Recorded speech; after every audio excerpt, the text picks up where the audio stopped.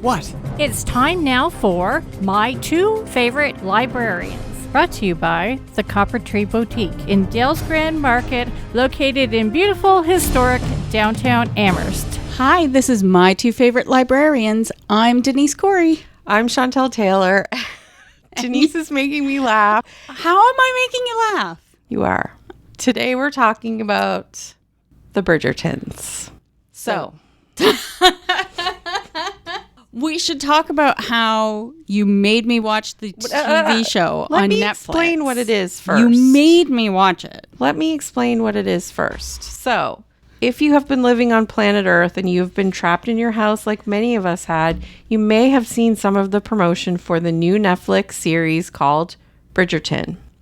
So, this series is based on a series of books by Julia Quinn.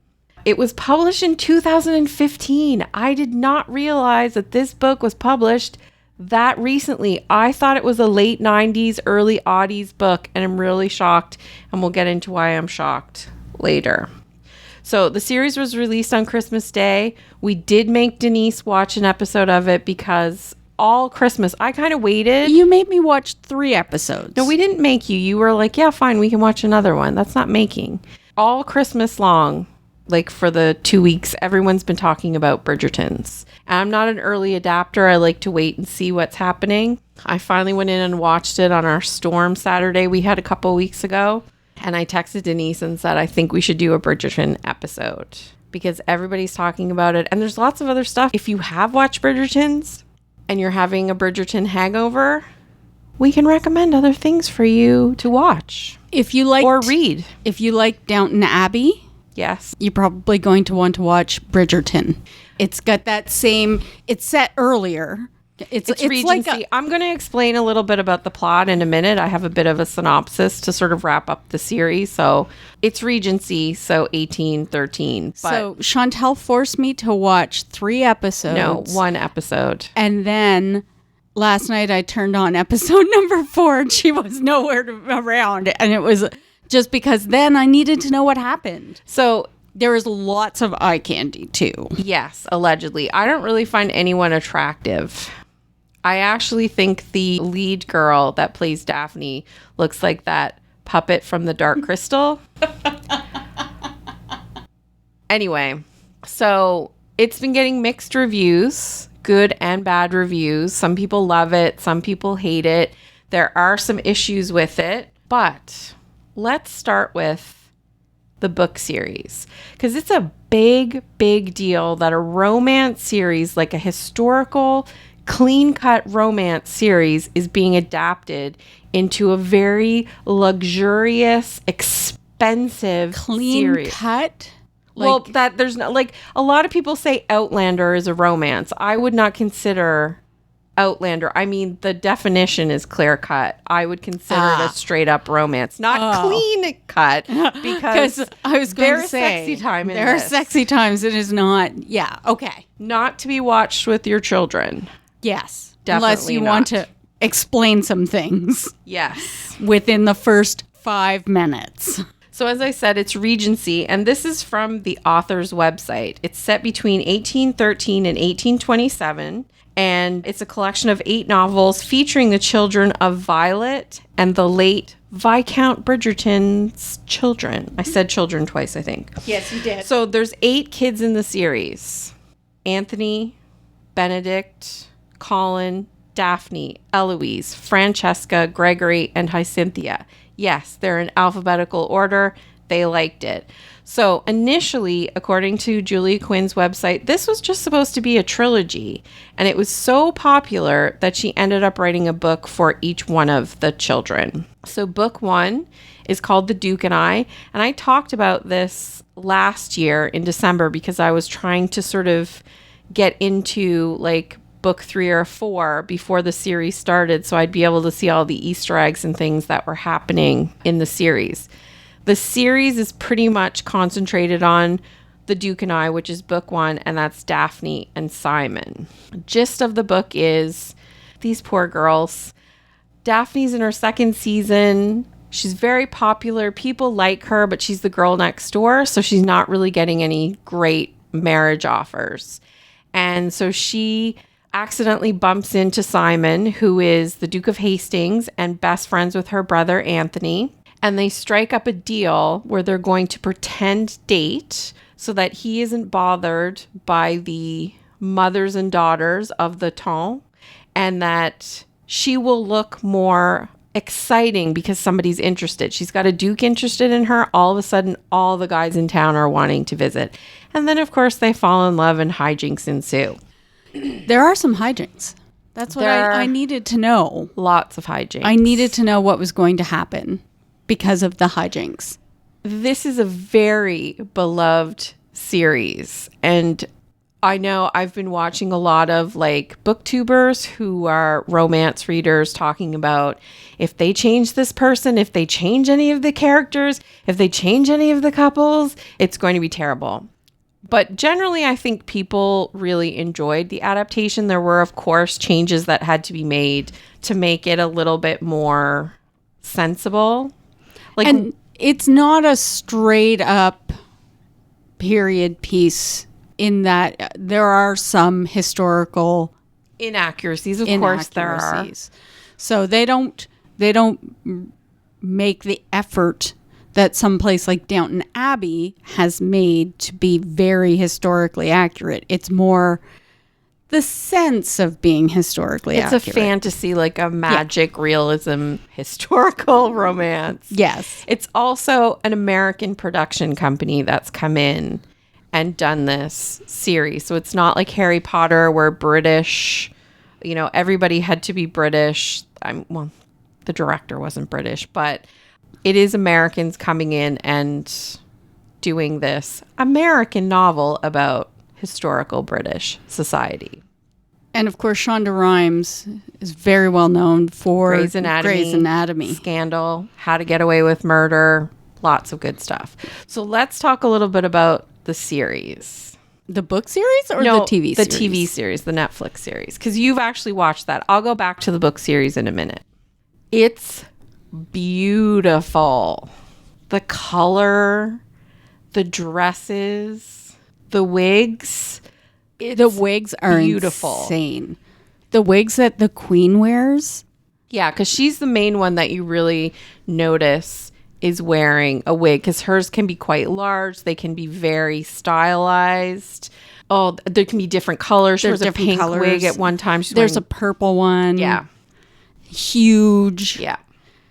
And the thing is, and they don't show it a lot, but everything would have been candlelight. And if you're wearing those huge wigs, you would really have to be careful not to catch yourself on fire. Oh, I'm sure people did. Yeah. Oh, they did. They've done just a beautiful job. I hope there's some Emmy nominations for whoever were dressing people, because the dresses are really beautiful. Each of the households that you see, the staff wears a different color uniform. So in the Bridgerton house, they're wearing like kind of a mauvey purple. And in the Featheringtons, they're wearing this kind of limey green. And at Lady Danbury's, they're wearing this like burgundy, like you don't often see that. Like the weather is really sunny. And I know London isn't particularly sunny or bad weathery, but I think when we see London depicted, it's often really gray and really foggy. Like it's like when you think of Downton Abbey or when you think of The Crown, it's very warm tones. It's very like you think of it as very sort of dark and cold, where this is very bright and like bright blue sky and very cool colors. And it's like, yes, I want to go there. It doesn't look like it smells. It doesn't look like there's mud anywhere. Like it's beautiful. But it's 1813 and it would have smelled. Oh, yeah. It would have smelled terrible. Yeah. But so, I can't get over the visuals. Are you going to read all of the books? I'm into book 4 right now. So I'm into Colin's book. So the other aspect of this that happens in the first 4 books is the Lady Whistledown. She narrates, she's a character, and she's like the gossip columnist who's writing all these things about the society and naming names. So all the scandalous things that are happening, people that are caught in places they shouldn't be, people who maybe have gambling debts or comments about different families. The women who are ruined. Because Yes. apparently it was quite easy to be ruined. Basically looking at someone could ruin you. So Lady Whistledown sort of narrates the first 4 books, and then in book 4, which is Colin's book, Lady Whistledown is revealed. And it's one of the things that I didn't like about the series is that the audience gets to see who Lady Whistledown is at the end of season 1, which I thought, why? I don't know if they were positive that they would be picked up for a second season, I know, but even still, but they have been. read the books. Then you can find out who Lady Whistledown is. Anyway, it's so beautifully done. I would also suggest, in addition to Downton Abbey, if you've watched all of the Bridgertons and now you're looking for something else. Pride and Prejudice. I, of course, prefer the Jennifer Ely, Colin Firth version. I think a lot of people do. A lot of people prefer that Keira Knightley version. Really? Yeah. But it doesn't have Colin Firth. But it also isn't as good. It doesn't have Colin Firth. Well, yeah. Also, Lark Rise to Candleford. It is less scandally. There is less sexy times in it. But it is a period piece, and I did find it really interesting, so I watched all of those. And you watched that after Downton. Yes, I watched it after, well, I think after season 1 or 2 of Downton, while I was waiting for the next season to come out. I would also suggest The House of Elliot. It's set later, so it would be Downton Abbey time period. It's 2 sisters, and they open a fashion house, and then it shows the progress from the Edwardian age, the super buttoned up and all of that, and into the 1920s with the shortening of the dresses and the bobbed hair. So I think if you enjoyed those kinds of shows, these are some other ones that you can explore while you're waiting for the next season to come out. Yeah, because it'll probably be a couple of years before they get the next one out. And these are all ones that the library owns. Yeah, we own a lot of BBC miniseries and TV series. People really love those. And they're harder to get on Netflix and those streaming services, so that's why we get them. So comparing the books to the series, some of the things that I liked, the addition of Queen Charlotte, who was, we all know the madness of King George, but I really didn't realize he had a wife. Well, because women are often written out of history. Well, and also you never really hear about her. And in this series, she isn't in the books, but they've added her as sort of a character, and she's quite a delightful addition because she's sort of like the pot stirrer of the ton. So she declares Daphne the diamond of the season, and then when Daphne doesn't get the sort of offer, she's like, oh, well, this is really boring. What can we do about it?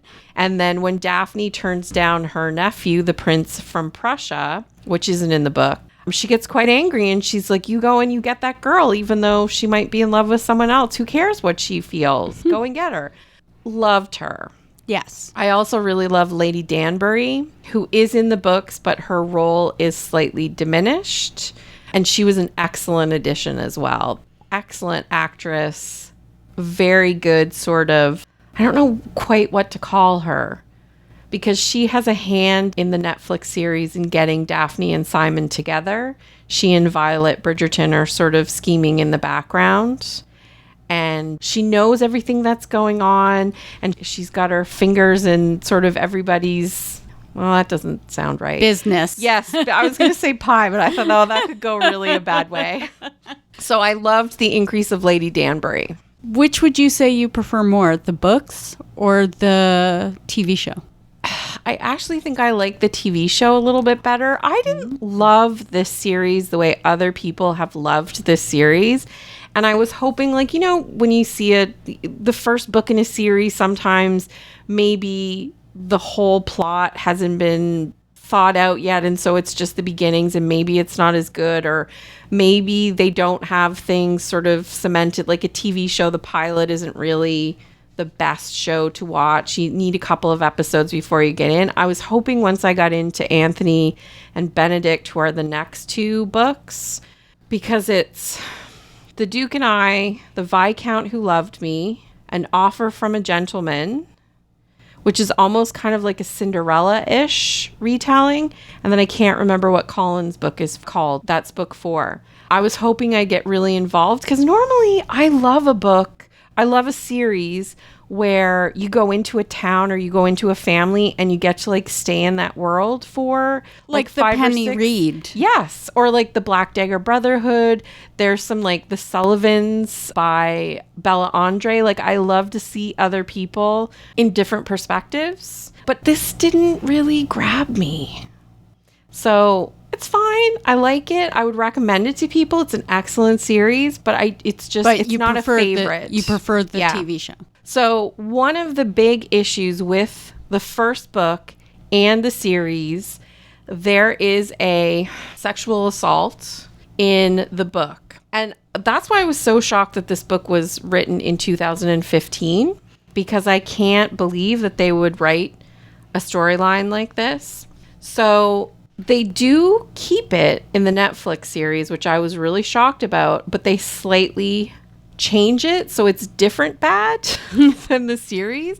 I thought they would take it out or they would work around it. I can't. You don't want to say anything though. Well, the thing is, I can't talk about it too graphically, but just to warn people, because everybody's talking about it, that this scene, like it's not a secret. Yeah. This scene has been a problem the minute this book was released.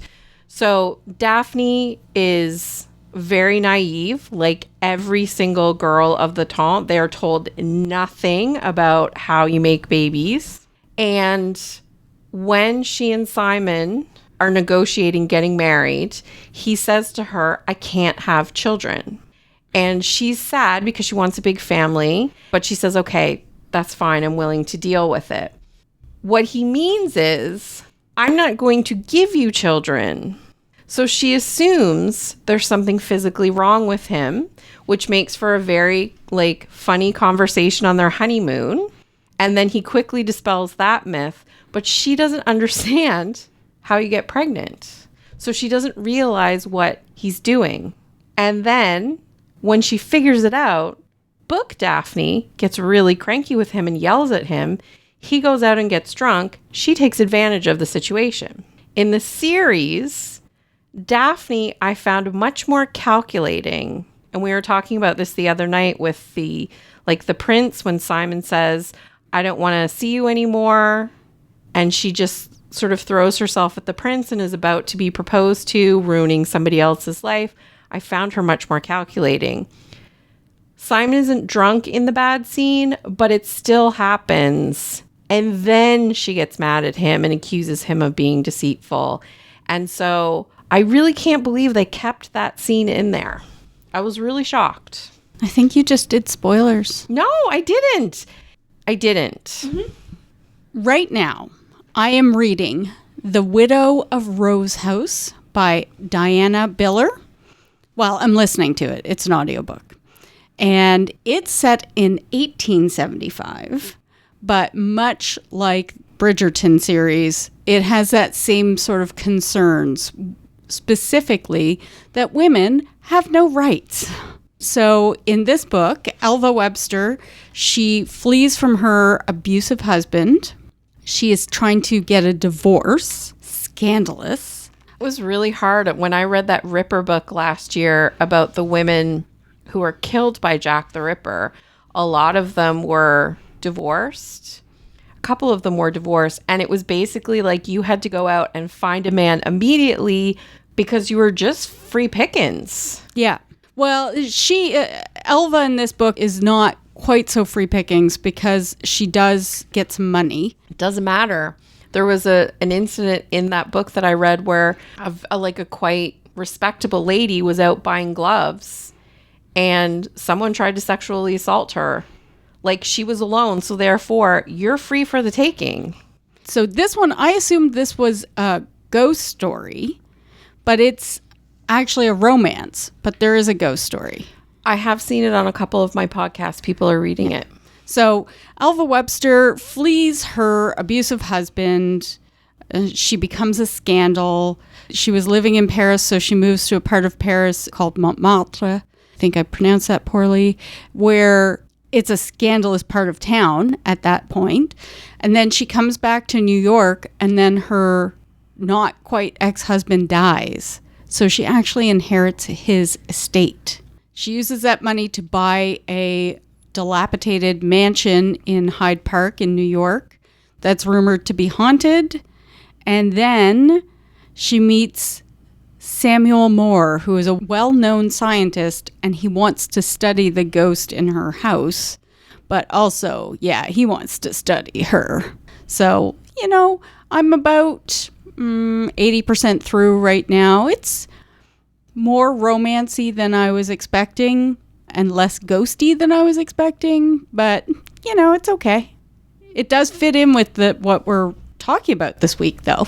So, are you reading? I am reading. I've got a book finished and I've got 3 on the go right now. I've got 2 books finished, actually. So I'm reading a book called My Personal Bad Boy by Bethany James. Is there a werebadger in it? No. Okay. Just checking. It's a novella. And I'm looking for my February challenge because now I've got to plan some of the things that I'm reading. My February book club challenge is to read various erotica. So I found a blogger who's recommended a few things, and I wanted to test and see if I liked, because there are some things that I'm not quite fond of as far as like dark romance or erotica goes. I'm not really into degradation, so I'm not interested in that at all. This was her favorite erotica from last year. I cannot tell you anything about it because it is not completely suitable for the radio. But I'm enjoying it. It probably ticks off every challenge. I need to read like 4 or 5 different books, but I'm pretty sure it ticks off everything that's under there. So I'm like, okay, I'm willing to read more stuff that she's recommended. I'm good. It was very interesting. And did you borrow that from the library? No, I bought it from Kindle. Because a lot of the erotica is either only available on Kindle or we haven't bought it. So it is one thing I might look at this year is maybe buying us a few more erotica titles. But before we go, I did want to mention a few things because we talked about things you can watch after Bridgerton's, but we didn't talk about anything you could read after Bridgerton's. So there's a plethora of historical romance out there for you to read. So much. I think we've had this conversation about how can there be so many dukes? Everybody wants a duke. So if you're looking for something to follow up Julia Quinn's Bridgerton series, Julia Quinn has other series as well that you can check out. And we don't own the Bridgerton series, but I have it on order right now. I have the first 4 books in the series on order to have on hand if you're looking for it. One of my favorites, Sarah Mclean, has a couple of different series out.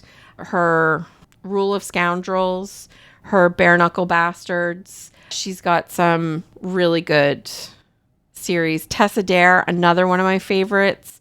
The Duchess series that I've been reading, the Duchess Deal, which I've been talking about for 2 years. It's one of my favorites to listen to. Love, love, love it. She's also got her Spindle Cove series with A Week to Be Wicked. I love it. But you can also, Sophie Jordan, Courtney Milan. There's someone else who's right on the, Lisa Kleypas. She's got the Ravenels and the Wallflowers. So there's lots and lots and lots. Eloisa James. There's Julia Hoyt. There's tons of historical fiction that you can look at. Historical romance fiction. I mean, there's just tons of historical fiction, but did I tell you what we were talking about next week? You sent me the list and I have no idea. Next week, we're going to talk about choosing a book by its cover. We never do that. I always do that. I do it all the time. Sometimes I just pick up books because they have pretty covers. Speaking of, since we're talking of Bridgerton's, I normally don't like a movie tie-in cover. I'm like, no, I don't want that. But actually, it's one of the nicer covers. So I had to get the girl from the Dark Crystal on the front. She's not. Okay, so next week, choose a book by the cover. Bye.